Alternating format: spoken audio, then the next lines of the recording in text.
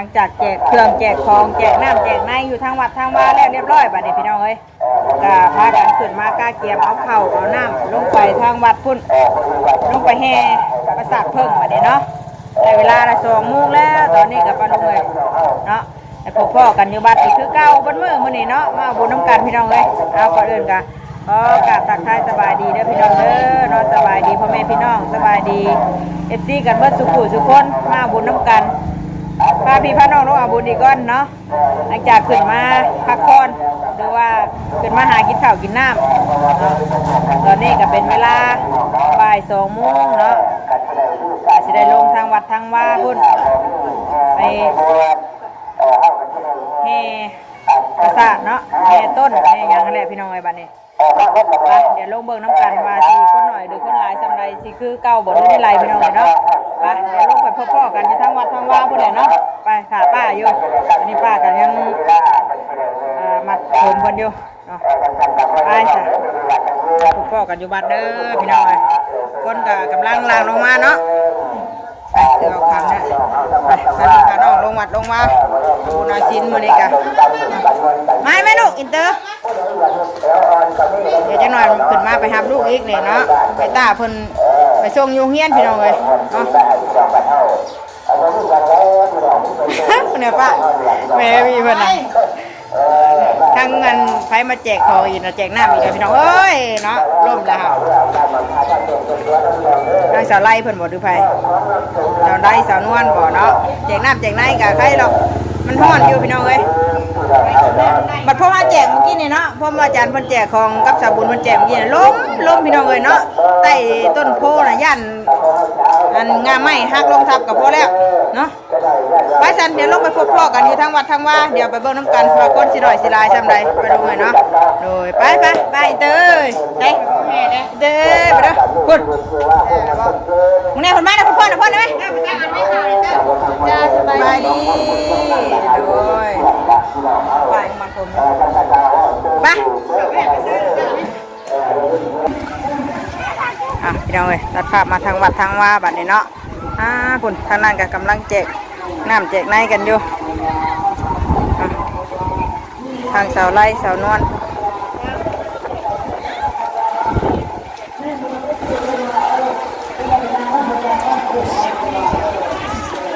รอถ่ายก่อนเนาะรอถ่ายจังหน่อยรอถ่ายคนมาร่วมกันหลายก่อนพี่น้องเลยคนกำลังลางลงมาสาวไล่สาวนวลบ่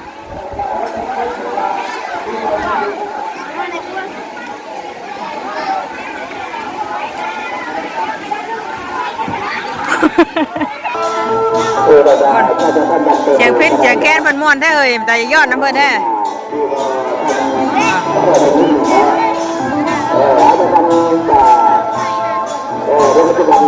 พอน้องๆคนก็ยังไม่ได้พอนอยู่พี่น้องเลยเนาะ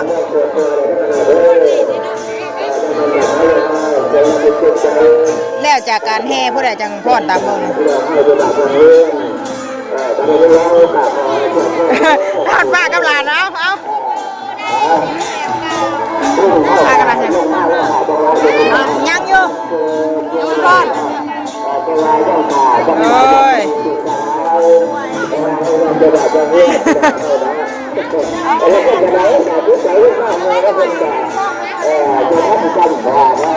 ซ้ำพอนดิเป็นไรเมื่อคืนนั่นนะ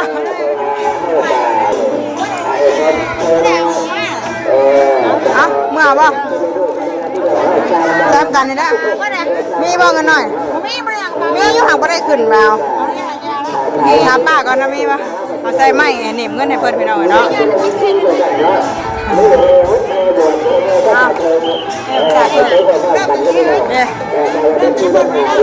ยักแล้วยังว่านี่มีเงินหน่อยป่ะป้าทำมาใช่ป่ะมีเงินหน่อยป่ะต้านขึ้นอีกนะ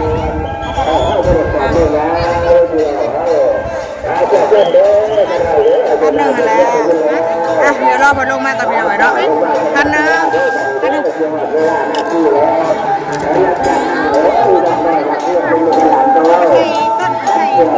ทำได้พวกยังไม่ได้ป้อนอยู่ทำไม่นะเพื่อนหมดแล้วก็ได้ อย่าเพิ่นก็ไม่ยายเลยยังไม่ได้ป่ะสบายดีใช้มูได้จากไอ้นี่ก็กินเลยเอ้ยไปจันดิรอจังหน่อยพี่น้องเนาะรออ่านทางยังพอเพิ่งยังกันเราไปลงมาจังหน่อยรอถ่ายแป๊บนึงมาดูเลยเนาะโดยบัดนี้ได้เวลาแล้วเนาะ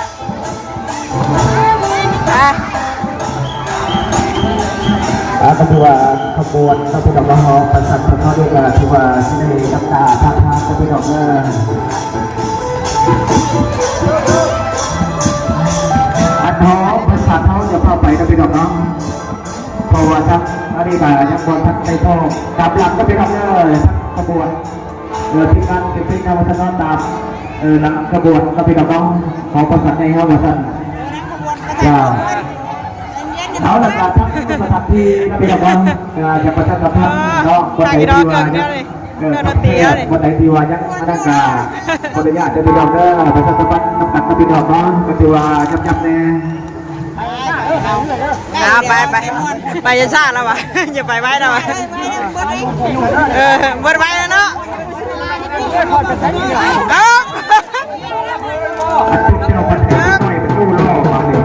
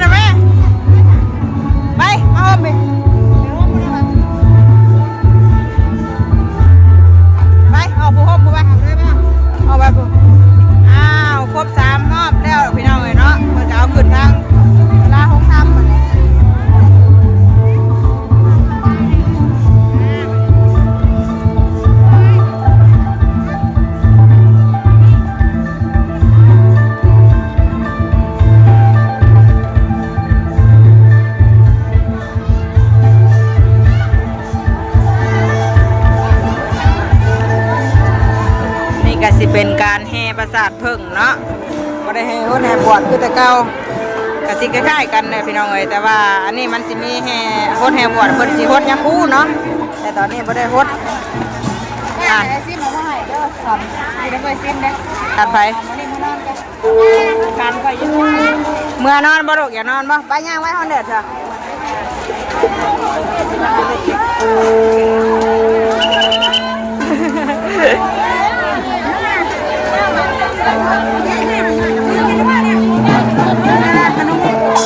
ยอดต่อมาดิมันน้ำมันได้หรือแมงเกอร์ล่ะสบายดีเด้อ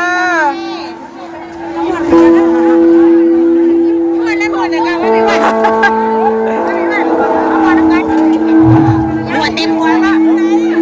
ไม่มือเกิดไก่เด้อป้องขัวไหมวะป้องขัววะ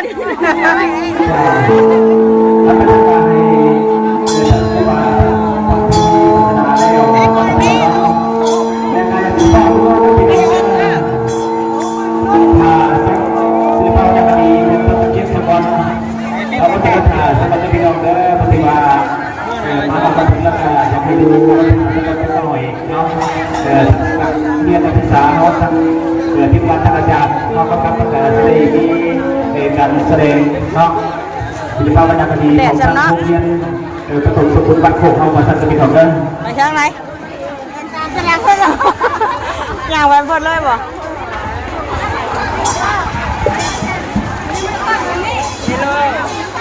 ฟอนก็ตามมาแล้วโฮมพี่ได้เอาอยู่เอาหน่อยสิฟอนดิโอ้ยน้องพอดฟอนกับเฮาอีได้สิฟอนวะเขาได้ก็สิบานี่นะแม่นแล้วใกล้ฮอดเวลาเลยเนาะเป็นว่ามีผู้ฮับเนาะพ่อแม่สิพ่อไปได้นี่ยังถามน้องน้อยเพิ่นสิฟอนบัดนี้พี่น้องเนาะทางคุณก็แล้วไปตีเรียบร้อยแล้วเนาะทางด้านศาสนาเฮายังเหลือแต่ทางน้องน้อยนักเรียนเพิ่นสิพากันป้อนแต่ว่าแม่งเตอร์นี่คือสิบ่ได้ทายเฮาพุ่นเนาะเพราะว่าตอนนี้ก็ใกล้ทอดเวลาไปหับลูกแล้วเนาะ3 โมงกว่าแล้วพี่น้องเอ้ยจักหน่อยนี่เนาะก็สิประมาณนี้เด้อบาดูเลยเนาะมาบุญนำกันแห่ประสาทเพิ่งอยู่ทางวัดทางว่าเฮาเนาะงานบุญเดือน3ออกไม้3 ค่ำยังบัดคันหัว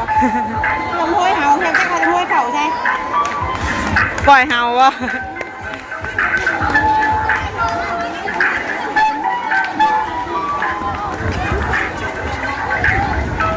อย่าไปเห็นน้องบนพ่อนั่นจังเนาะเยี่ยมเลยยังไม่รู้ตัวใจอยู่เลื่อนหุ่นเลื่อนก่อนจังขย่าเลื่อนก่อนจังขย่าวันแน่กูเนี่ยไม่ของเล่นของเล่นเข่าเลยเข่าน้ำผมบนได้